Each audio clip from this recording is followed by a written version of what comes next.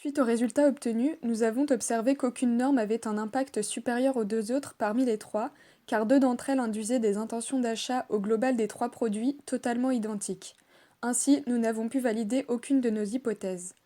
Ces deux normes sont la norme descriptive et la combinaison de la norme descriptive et injonctive, étant toutes deux supérieures à la norme injonctive.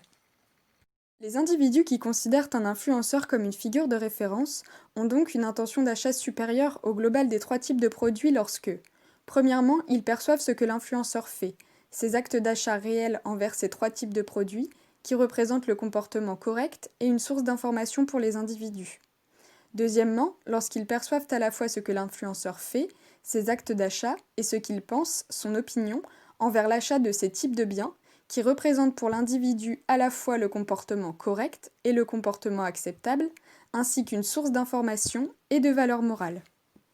Finalement, ces individus ont une intention d'achat moins importante au global des trois types de produits lorsqu'ils perçoivent seulement ce que l'influenceur approuve et désapprouve, qui représente le comportement acceptable et une source de valeur morale. Les individus sont donc plus influencés par la seule perception des comportements d'achat de l'influenceur envers ces types de biens ou par la combinaison de ses comportements et de ses opinions face à l'achat. Ils sont moins influencés par la seule perception de cette opinion. Les individus considèrent donc davantage l'influenceur comme une source d'information via ce qu'ils perçoivent de son comportement que comme une source de valeur morale, hormis lorsque cette dernière est additionnée à la source d'information.